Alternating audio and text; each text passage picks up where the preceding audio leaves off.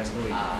徐东老师很高兴今天有这个机会来这个跟你做这个台中高工电机科退休老师的访谈那想用简短的时间来请教你几个这个回忆的问题那首先我想这个访谈老师就说当初时这个老师是什么样的机缘来到我们这个台中高工电机科来服务的？那个我在台电有10年了，这10年当中曾经调动过2、3次的，但是因为我在年轻的时候父亲常常调动，结果这个小学读了3个学校，初中读了3个学校，我在想，如果我像我爸爸这样的话，我的子女教育现在的话就产生非常的大的冲击。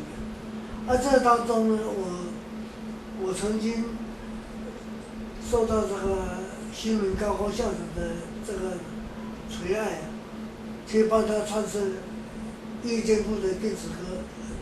新民高工是先有业界部电子科，因为我是电子科的受这个教育的人那时候不叫电子科，叫电信科的。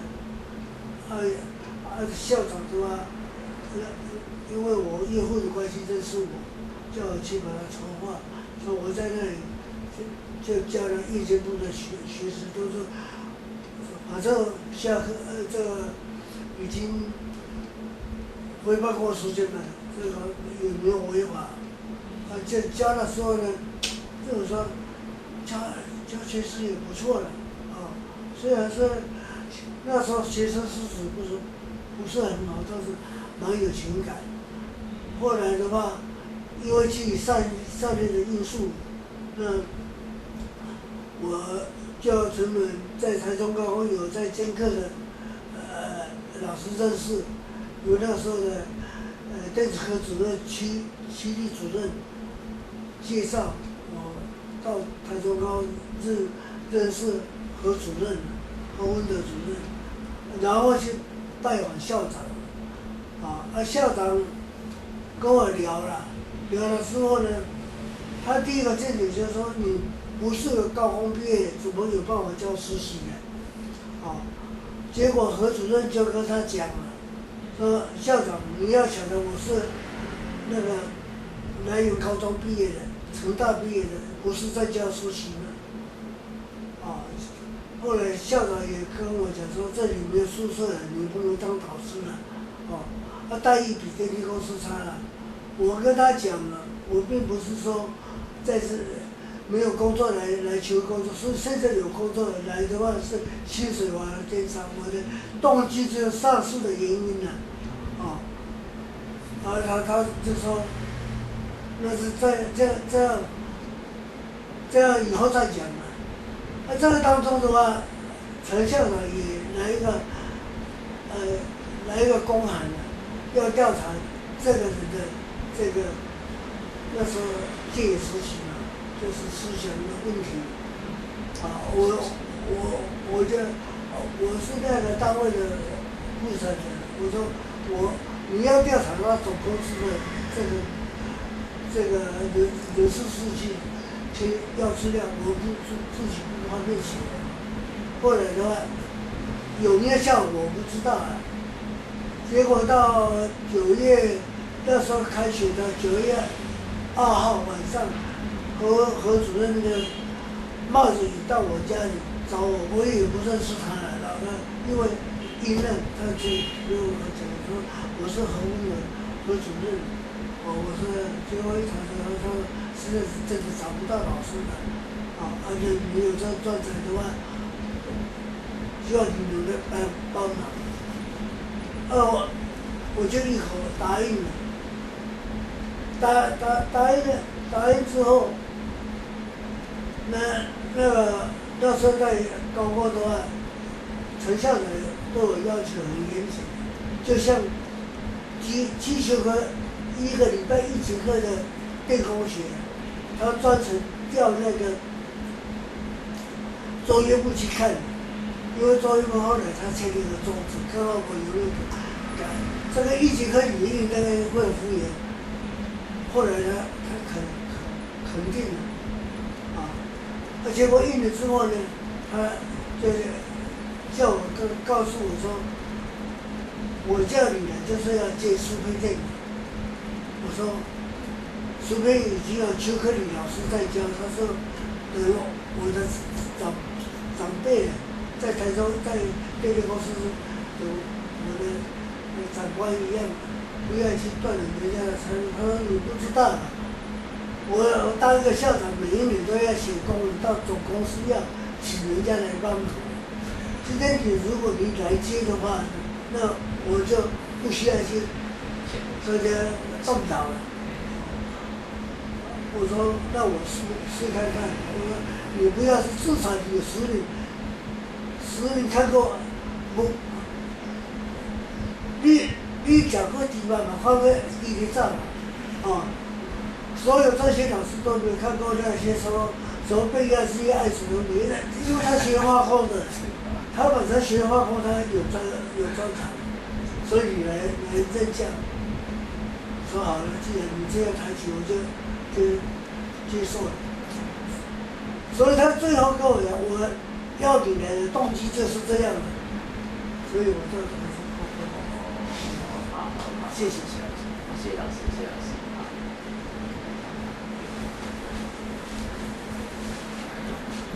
老师喝杯茶。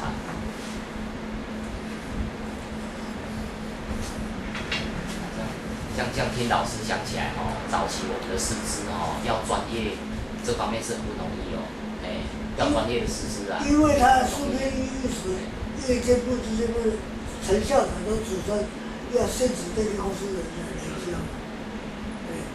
这个当中好像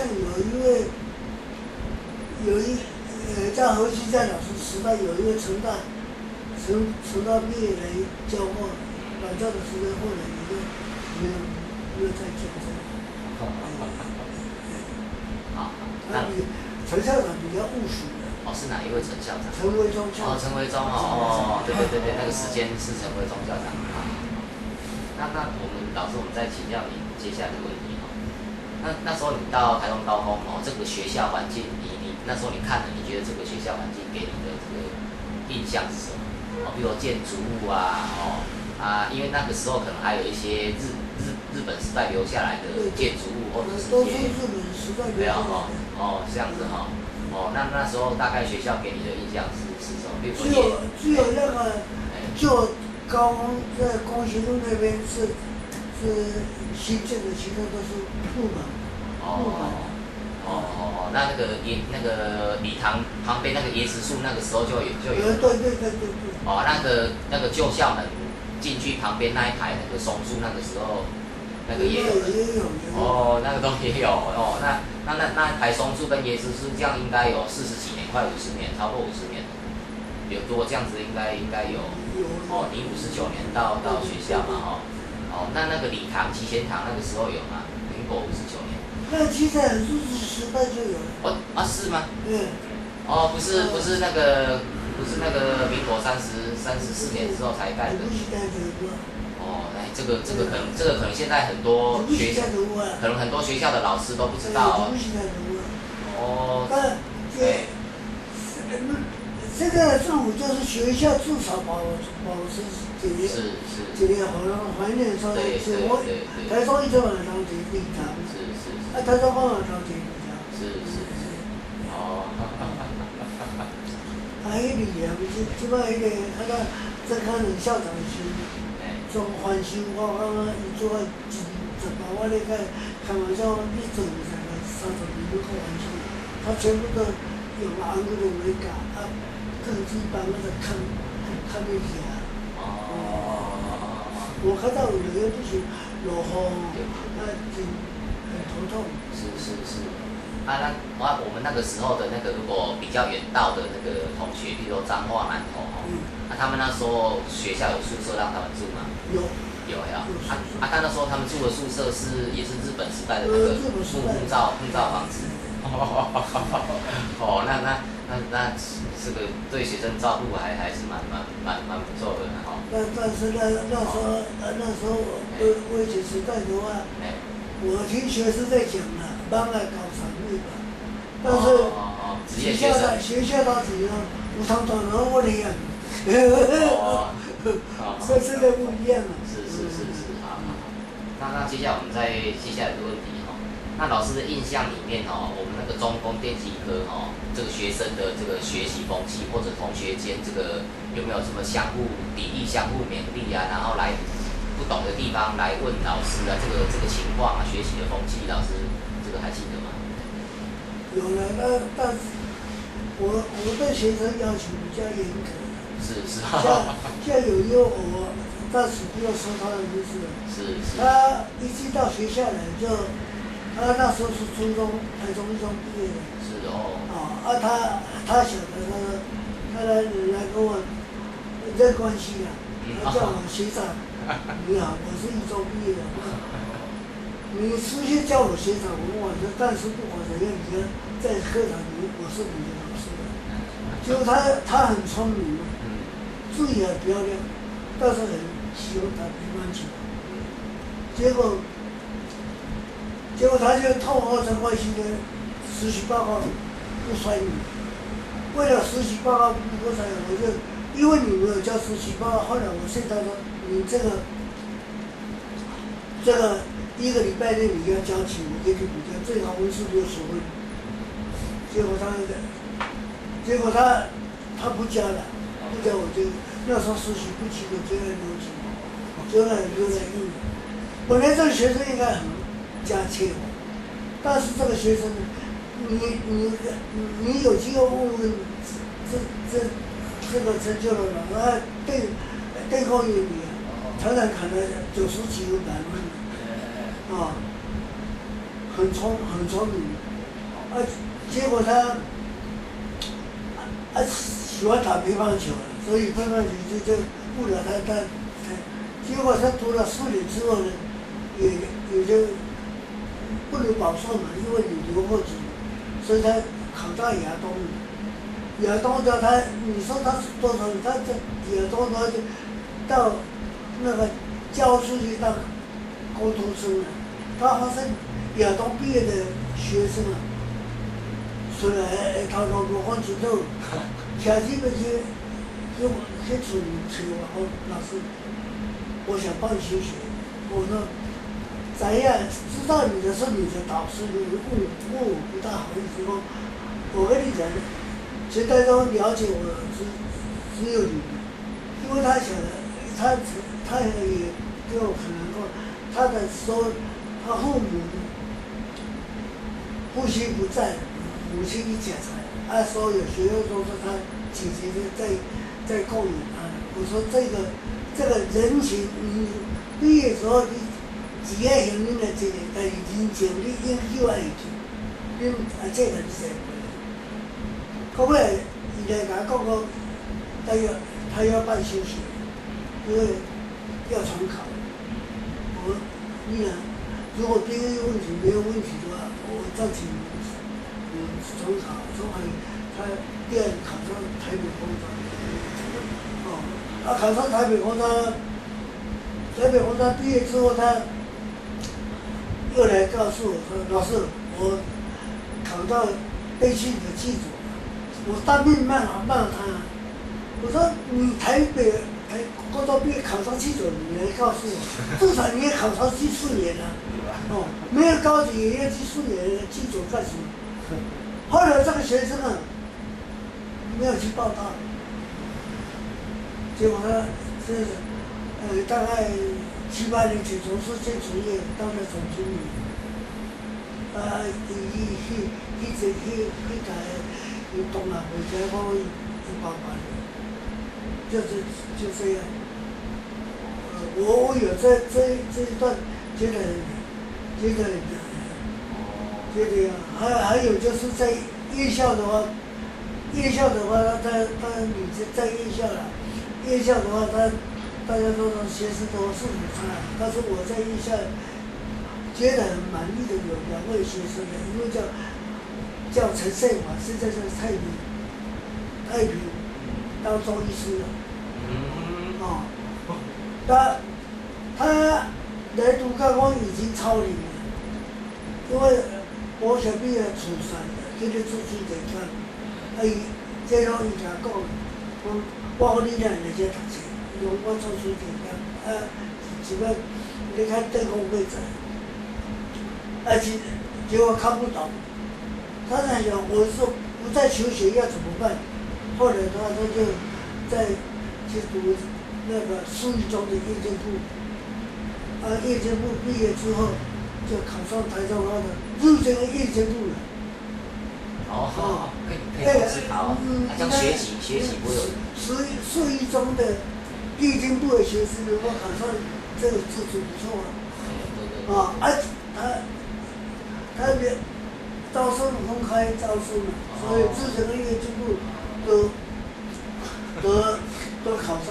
他就想家里的话很穷弟弟就是教育子，结果你弟弟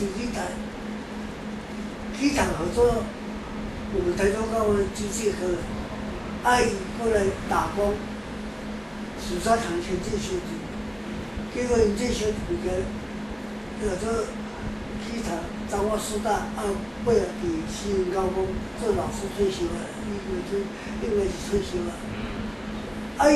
伊咧读册时，我看有较认真，我印尼我就甲讲，实习的时候我就讲，你唔做我实习，我上过你好些，但是你实习的话，我另外有准备材料，指导你，这做我流利所图，按我鼓励你。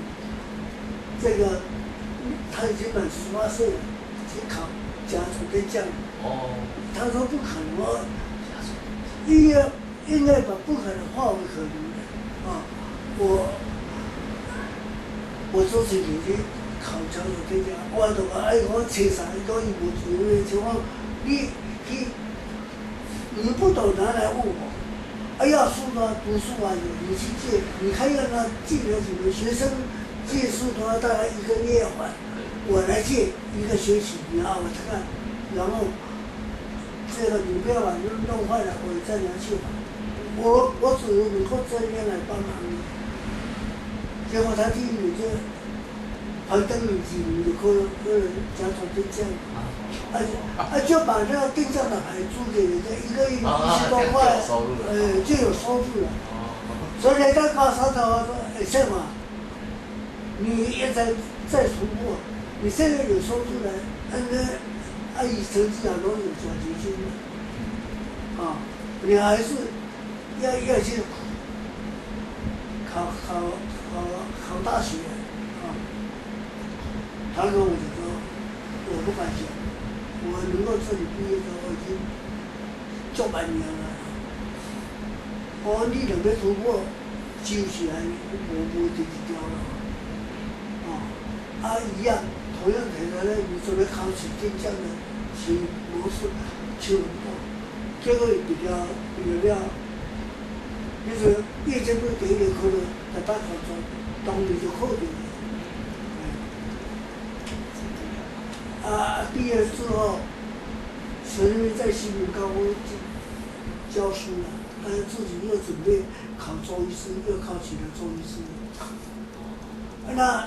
那还不简单，那还很了不起，还带动了他的太太也考取了。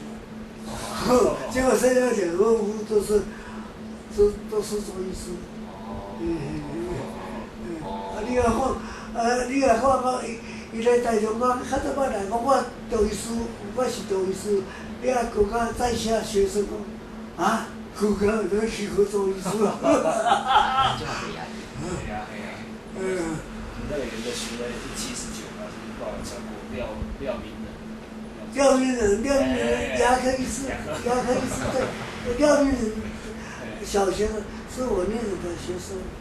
对，我曾经跟他通过电话。廖明人。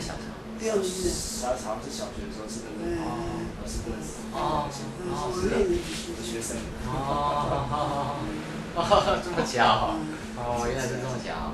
那我们现在。那个是他的，我们是那个把它按掉。